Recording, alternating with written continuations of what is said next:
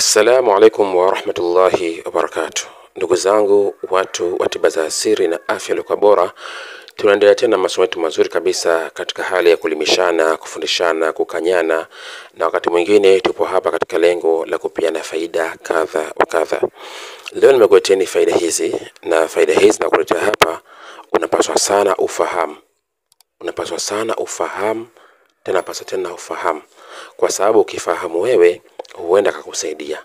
Na baada ya kufahamu tuwafundishe na watoto zetu na familia zetu ili na wao pia isipate kuwatokea.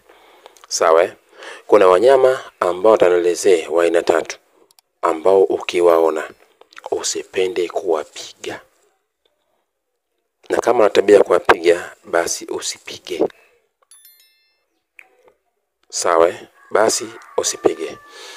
Jambo la kwanza ni kuomba tu kabla hujasubscribe usisahau kusubscribe, bonyeza na kengele, weka all notification ili mtu wa kwanza pata video zetu pindi pale tunapozituma na kuziweka mtandaoni. Ndugu yangu, kuna jambo moja nitakufundisha hapa. Kuna watu wamezoea sana kupiga wanyama hawa. Kuna baadhi ya watu wamezoea sana kupiga mbwa. Mtaani kwetu tunakutana nao wengi sana. Nadhani Dar es Salaam hii hasa kwa Tanzania na mikoa tofauti tofauti wanafahamu sana hivi vitu. Kuna watu wamezoea sana kupiga mbwa. Msipige mbwa, kwa sababu sio kila mbwa ni mbwa. Usipige mbwa, kwa sababu sio kila mbwa ni mbwa. Nini maana yake? Kuna baadhi ya nyakati tunaishi na majini katika jamii zetu. Na hawa majini tunapoishi nao, kuna baadhi ya nyakati wajificha sura ama umbile ya viumbe wengine. Jini anaweza kukaa katika shepu ya mbwa. Sasa kama umepiga jini au umepiga mbwa, lakini yule mbwa sio mbwa isipokuwa ni jini au shetani, anaweza akakudhuru. Tunaongea hivi kwa sababu tushalitoa kesi nyingi sana mtu kadhurika kwa sababu kumpiga mbwa. Lakini mnyama aina ya pili ni paka. Tusipende kupiga paka. Na hata mbwa, asilimia kubwa ukikutana na mbwa mweusi usimpige. Mara nyingi huwa ni mashaitani au ni majini.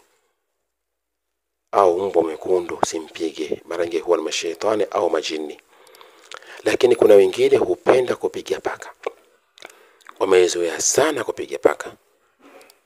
Tushasikia kesi nyingi sana mtu ambaye kadhurika sana kupiga paka. Utasi nyingine paka huyu sio mchokozi au mbwa huyu sio mchokozi. Mtu anapita na mbwa tukakaa sehemu, kaina mkono, kachukua jiwe kapiga. Kuna wengine hukutana matukio wakati anapiga akaganda mkono au akapiga lembo baada kupigwa mkono kauma au kaparalyze, wanapata madhara kama hayo. Kwa hiyo tuchukue tahadhari sana sisi kama sisi watu wazima, tusipige paka, tuwafundishe na watoto zetu wasipige paka wala wasipige mbwa. Maadamu huyo mbwa au huyo paka amdhuru. Kwa sababu miongoni mwa paka wengine huwa ni wanadamu. Wanadamu ambao ni katika mashaitani ya kibinadamu, mashaitani wa kiwatu. Ni mtu ambaye ni binadamu lakini ipo katika sihiri, yani wale ashabu sihiri ambao ni wachawi, kajivesha vazi la kichawi, kabadilika amekuwa paka anatembea. Labda amtembea shoga yake, mche mwenzake, mshirika wake huko, njiani akutana naye anachukua jiwe na piga, utadhurika. Hasa jikute wewe ambaye unataka kupiga hauna kinga yoyote, hauna doa yoyote, utadhurika.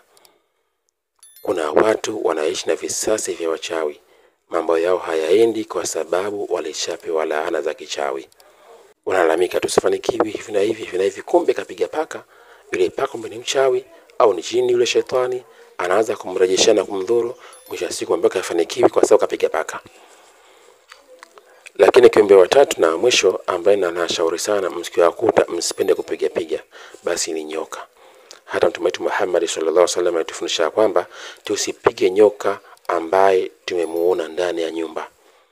Ukimwona nyoka yupo nje ya nyumba, ruhusa kumfukuza. Lakini ukimkuta nyoka yupo ndani ya nyumba yako au ndani ya chumba chako, usimpige. Kwa sababu mara nyingi huwa ni mashaitani, ni majini.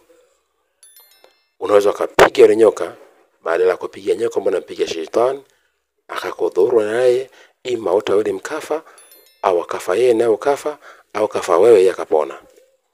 Tumeelewana vizuri? tusipige nyoka tunapowakuta katika nyumba yetu. Kuna namna nzuri ya kutumia kwa ajili ya kuzungumza na Mola wako na kwa Mwenyezi Mungu amuondoshe ile nyoka, na anatakiwa kuna dua ya kusomwa ile nyoka ataondoka pale biidhnillah. Tumeelewana vizuri? Kwa hizi ni faida. Kuna viumbe hivi na tatu msivipige, ukivikuta usivipige. Nyoka ukimkuta nje piga ua aondoke, lakini ukimkuta ndani usimpige kwa kumuua. Tumeelewana vizuri? Kama mtu ana swali ruksa kuuliza, uwanja comment upo wazi hapo, na insha Allah tutapata faida.